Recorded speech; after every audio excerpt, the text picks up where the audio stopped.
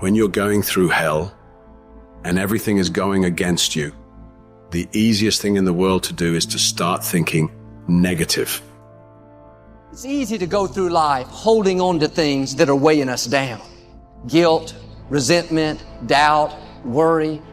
The problem is when we allow these things in, they're taking up space for the good things that should be there. Imagine your life is like a container. You were created to be filled with joy, peace, confidence, creativity. But if you allow worry in, it pushes out the peace. There's not space for both. You can't go above 100%. You have a limited amount of room. If you allow guilt to take up space, that's space that you don't have for the confidence you need. Most people will let their present physical results control their way of thinking. They're emotionally involved in it. They think it's an accident that the same results keep reoccurring. That's no accident. If you've got a financial problem, if you've got a cash flow problem, if you've got a marital problem, that's what most people concentrate on. If a doctor takes a photograph of your body and then tells you you're sick and shows you you're sick, what's the person concentrate on? Sickness. What's the photograph prove? The photograph proves that the person has been concentrating on something wrong to move their body into that vibration. What should they do? They should ask for help. Where does it come from? There's only one source, and they see perfect health, or they see prosperity. But the cynics don't believe this. And it's a strange thing, the cynics don't get results either. Quit letting your present results control your thinking. Don't let life change your name. Don't let it change your name. Don't you be nasty just because they're nasty. Don't you be hateful just because they're hateful. Don't you be vengeful just because they're vengeful. Don't lose yourself in your situation. Don't let your situation eat up yourself.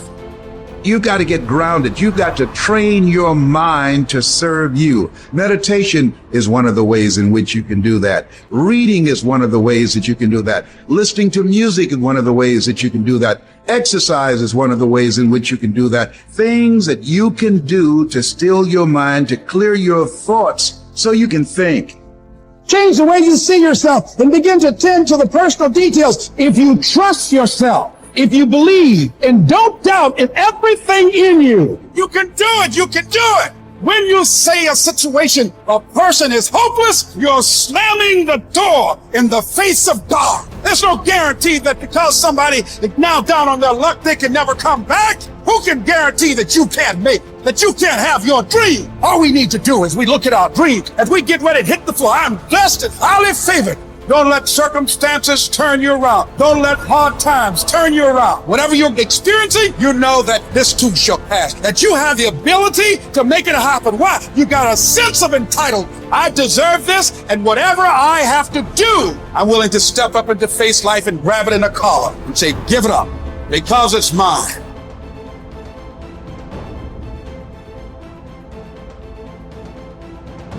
People think there is something called as negative thought and positive thought. They want to remove the negative thoughts and have only positive thoughts. For such people, I would ask them to just experiment for 10, 15 seconds. Let them forcefully remove one thought from their mind. For example, next 10 seconds, just don't think of a monkey. Try not to think of a monkey.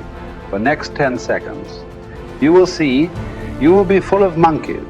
So what I am saying is, this is the nature of your mind, because in this mind all the 3 pedals are throttle. There is no brake, there is no clutch. Whatever you touch, it will only go faster. In this kind of mind, people have been taught from moral teachers and religious teachers, do not think about bad things. Well, since then it's been a full-time job. So there is no way you can handle the mind like this. This doesn't need any great enlightenment. If you spend 2 minutes with your eyes closed, you will realize you cannot do anything forcefully with this mind. So, I want to remove negative thoughts.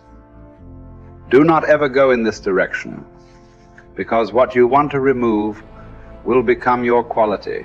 Always you will be on it. So, what should I do?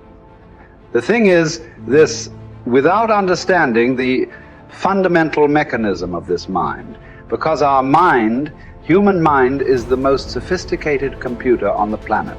Even all the supercomputers have come out of this. When this is the case, is it not important that we understand the mechanics of how it functions? One simplistic aspect of how it functions is there are no subtractions and divisions in our mind. There is only addition and multiplication. If you try to do something with it, it will say one more. If you try hard, it will multiply into many more. In this mind, you don't try to identify what is positive, what is negative, and try to remove it. First of all, one needs to understand this mind of yours. This body of yours is supposed to serve you. The life that you are is important. Body and mind are vehicles that must serve us. If you sit in a vehicle, it must go where you want to go. If it goes to its own destination, what is the point of such a vehicle? It's just a nuisance. Right now, most human beings are unfortunately experiencing this fantastic possibility of human mind as a nuisance, as a troublesome thing. Well, this is the most beautiful thing you have. There is something called as you which exists. This is not a composite of all your thoughts and emotions and physiological processes. Beyond that, there is you. If you close your eyes, even if you cannot see anything, you're still there. It is through the window of your eyes that you are looking out. But if you close your eyes, it doesn't mean that you don't exist. You still exist. So beyond your thought, you still exist. Beyond your emotion, you still exist. So that you, the life that you are, this has to come into your experience. Why is it that you're not allowing that to come into your experience, which is the most significant aspect of who you are? Who you are right now, the most significant aspect is you and me are alive right now. This is it. What I'm thinking, what you're thinking is not the important thing. We are alive right now. That is the important thing. So it is important that you focus on this fundamental sense of aliveness within you. And then you will see there is a natural distance between you and your thought process. Once there is a distance between your psychological process and your physiological process, this is the end of suffering. Because there are only two kinds of suffering that human beings go through: physical suffering and mental suffering. Once you create a little space between you and your mind, between you and your body, this is the end of suffering. This is something every human being has to experience and know, otherwise thinking, I will just remove negative thoughts and I will have positive thoughts. All the best, it's not going to work. 100% it's not going to work, because nobody can remove it. They can avoid it for some time. So when negative thoughts come, you say whatever you want, but this is just avoiding, it's not gone. The moment you stop that, it will pop back with great force.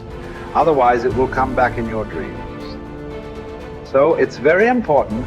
First of all, you need to understand your anger, your resentment, your fear, your anxieties, the negativity that you generate. Generally resentment, anger, it is always directed towards somebody. But we need to understand this is poisons that we are drinking and expecting somebody else to die. Fortunately, life doesn't work like that. If I drink poison, I die. If I drink poison, you don't die. So we need to understand this. When I say poison, today you can have yourself chemically analyzed right now. What is your blood work? What it says, 5 minutes of intense anger. Check your blood work and see. There will be lots of negative elements in it. Literally, you're poisoning yourself. So do you want to poison yourself? Definitely not. Now the very question is coming from certain helplessness. What shall I do? Don't do anything. Just sit back and just concern yourself with something which is the life process. Maybe your heartbeat, maybe your breath, maybe just the sensation of being alive. Depending upon how sensitive or how perceptive you are, accordingly, find something. It could be a sensation in the body, it could be breath, it could be heartbeat, it could be anything, something which indicates life to you. Just pay attention to that for some time. Slowly, you will see there is a distinction between what is you and what you have gathered, which includes both your physiological and psychological possibility or mess, whatever you've made out of it.